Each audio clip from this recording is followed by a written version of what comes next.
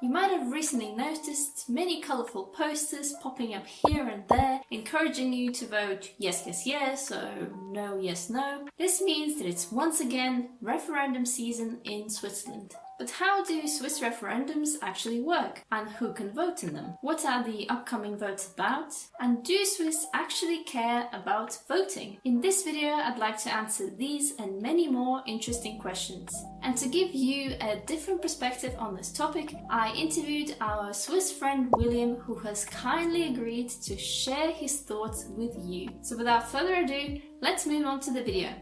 Switzerland, or Swiss Confederation, is a semi-direct democracy. As part of this system, Swiss can elect their representatives to form a parliament. However, they can also directly cast their vote for or against certain proposals and laws, and this happens via referendums and popular initiatives. What is a referendum and how does it differ from popular initiative? There are two types of referendums in Switzerland, an optional one and a mandatory one. An optional referendum is called if citizens disagree with the law that the parliament is trying to introduce. If the majority of voters say no, then the law can't be implemented. A mandatory referendum has to be called if Parliament is planning to make changes to the federal constitution. In this case, the outcome of the vote is decided not only by the majority of votes across the country, but also by the majority of cantons. And this is called a double majority. But as you can see, in both types of referendums, people vote to accept or reject something that their representatives, so the parliament, is trying to do. However, the Swiss themselves can also come up with a change to a constitution and submit their proposal. And this is called a popular initiative, so something that the people are trying to introduce. In this case, a double majority is required for this initiative to be passed, and if this happens, then it comes into force immediately and is written into the text of the constitution. However, it can take some time for the government to actually implement this initiative into the daily Swiss life. All the votes I just described relate to the federal level. However, the Swiss can also influence what happens in their canton or commune. So for example, you can have a cantonal referendum or a communal initiative. This system means that the Swiss can have a direct impact not only on national but also on local issues. Who can initiate a referendum or a popular initiative, and how does this process work? An optional referendum can be launched by any Swiss citizen that has a right to vote.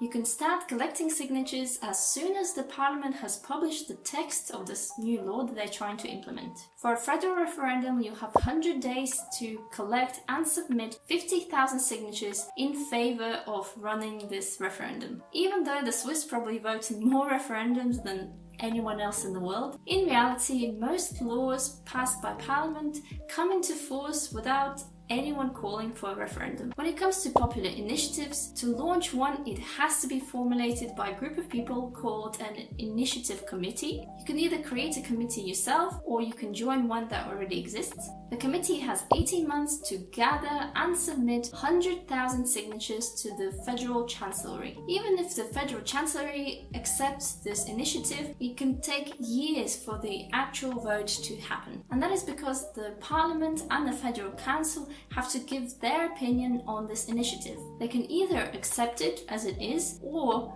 propose their own modifications to the initiative via what's called a counter proposal. And in this case, it'll take even longer for the whole process to move forward. For example, last November there was a vote about increasing the responsibility of Swiss companies over their environmental and human rights impact abroad. And it took 5.5 years from the start of collecting the signatures to the day of the vote.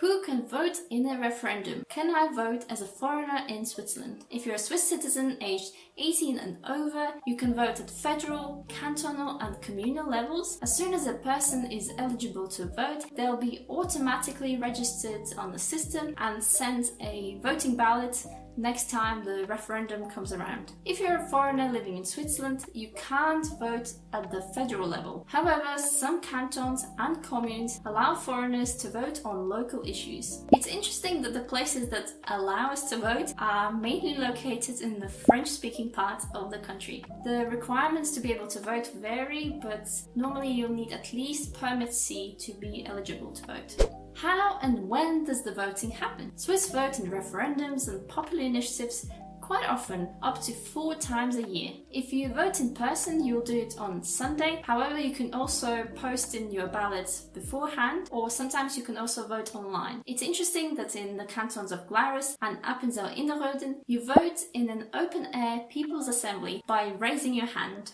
What is the participation rate in referendums and popular initiatives? So I looked at the turnout in 2020 and 2021, and it varied between 42 and 60% depending on the topic of the vote. And if we compare this to the 2019 elections into the National Council, which essentially is like a Swiss parliament, there the turnout was 45%. An interesting fact that in the canton of Schaffhausen is mandatory for you to vote. And if you don't vote, you'll get charged a fine. No wonder why this canton has the highest turnout in Switzerland.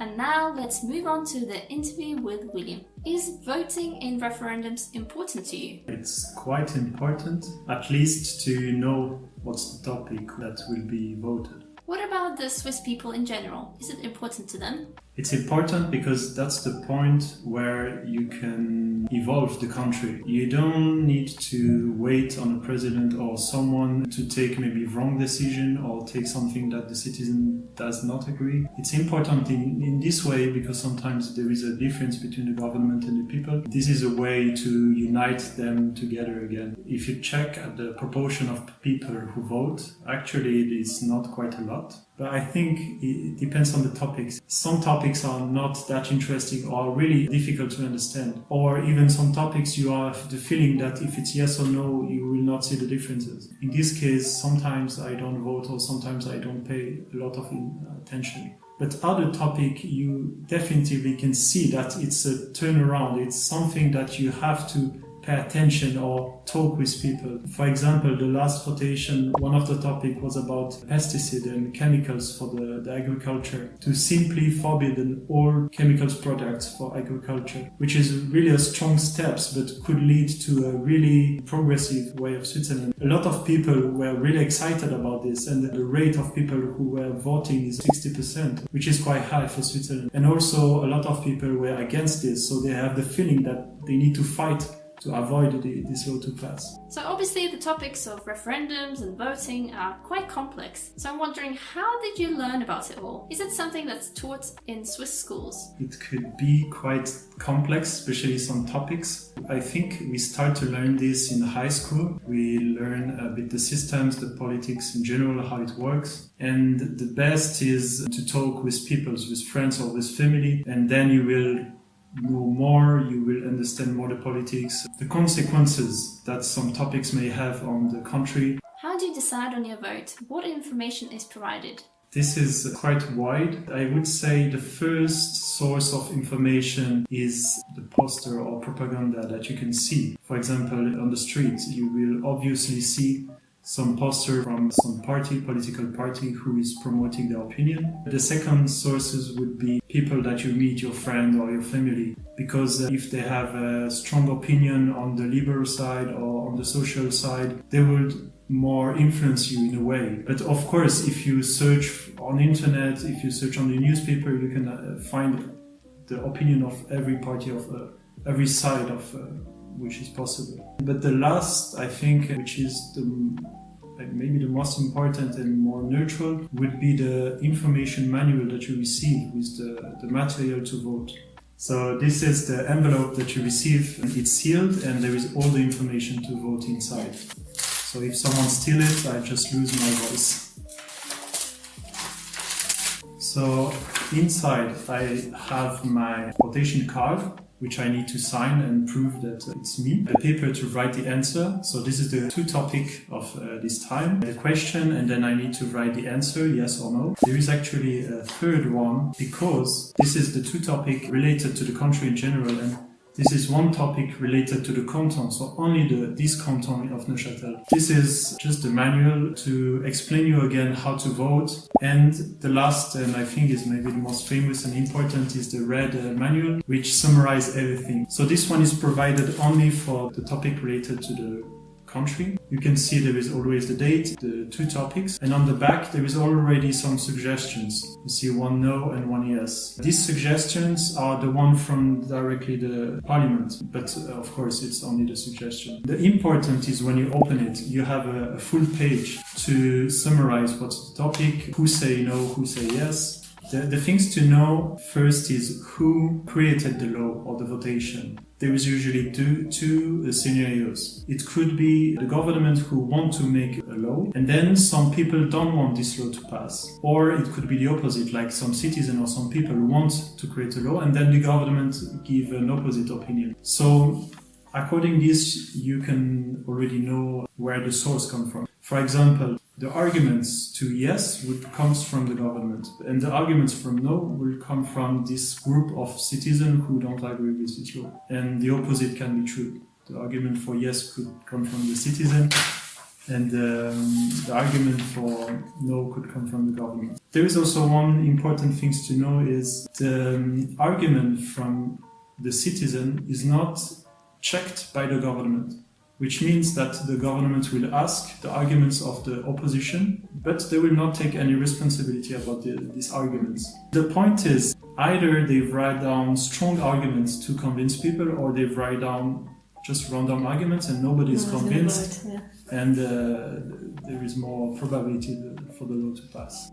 Are the Swiss politicians populist, or are they trying to scientifically inform people? Yes and no. To start with the scientific way, we would more think about the Green Party, which they try to rely the most as possible on the scientific publication, typically about the climate changes. And they try to bring this approach of scientific proof to give their opinion, but I think they are an exception. All party does not try to bring this kind of information. About the populism, it's difficult to say. Usually populism is related to nationalism or right party, so of course you will find some kind of populism in the conservative or the nationalist party in Switzerland. But I would say it's not a global trend, or there is not one strong leader or one strong party which is definitively populist.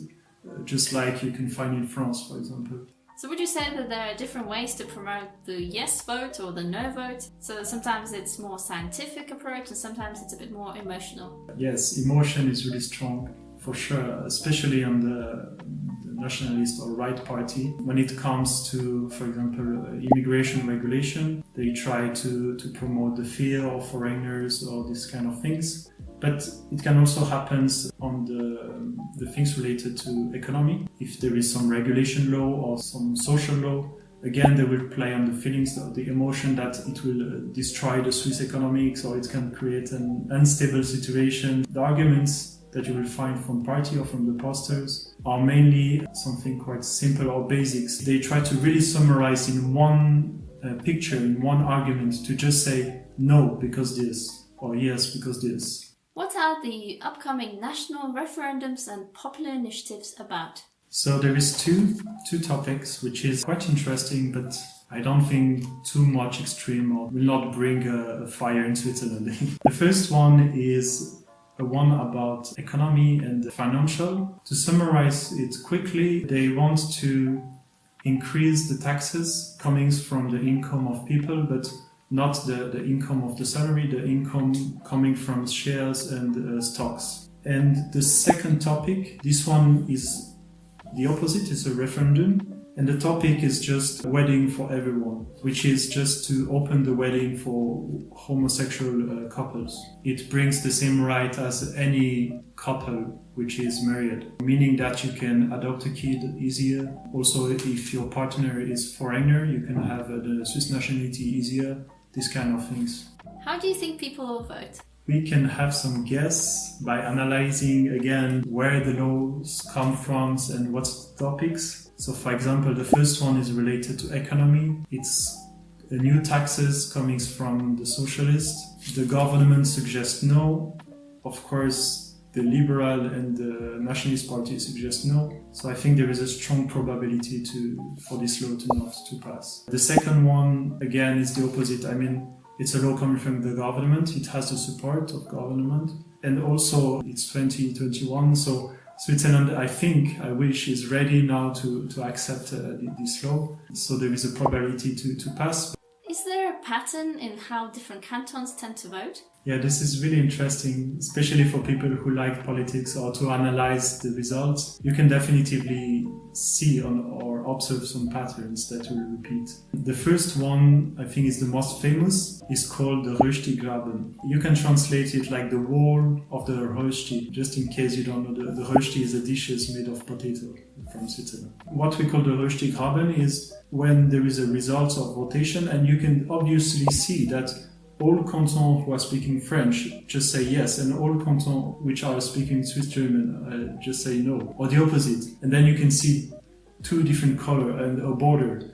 So this is what we call röstigraben. And this is happening usually when there is a cultural differences occurring on the topic. Typically, the French-speaking canton will have more influence from the Latin culture and from the France. So they will trend to have a more on the social part or more on the progressive part, where the Swiss German cantons will have a side more conservative to secure the economy or to protect the country or these kind of things.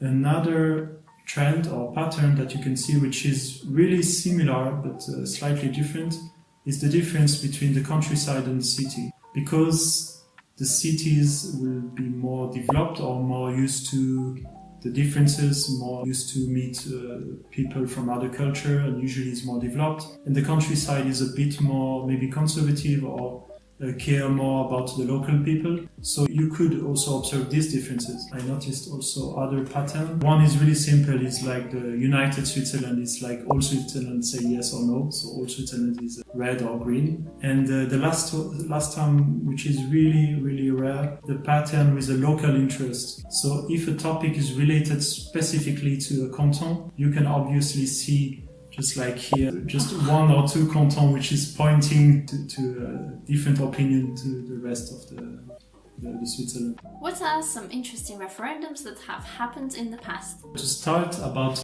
the gay wedding or homosexual wedding which will happen, we have to remind that in 2000 something, maybe 2006, Switzerland voted the civil union, a kind of civil union for homosexual couples, but without the same right as a married couple. So it's something in between. This is interesting because it happened like in 2000 something, and before there were no law at all. So we can see that it is a transition. We first has these pacts, and then now we are voting for the real wedding for everyone. So it's interesting to see the evolution. You can also see this about different topic. For example, the relation with the EU or European Union. This is really famous topics because Switzerland, of course, is not part of EU, but has a strong relationship and a commercial relationship with the EU. So we have sometimes topics related to this. The most famous, I think, would be to ask the citizen if they want to access the EU. This votation was highly rejected, like over 70%, which clearly show on that time no interest for EU. But fortunately, there is other topics which were accepted. For example, the Schengen and Dublin agreement. Due to this, we have easy access to EU. We don't need to show a passport. We can just travel with ID. We don't need visa or anything. You can see that this is the kind of topic that we always try to bring new law to have better commercial laws and benefit. But when it comes to too extreme, like join EU, for sure it's rejected. So you need to find the right balance in between. What about any funny topics? The first one, I think it was a couple of years ago. The title or the nickname was The Horn of the Cow. The topic is not that stupid, but it's quite strange to see it. It's just that some farmer, they were worried about their cows and animals because almost all cows, I think over 70 or 80% of cows in Switzerland don't have horns. When they are young, they just cut the horns because it's more convenient.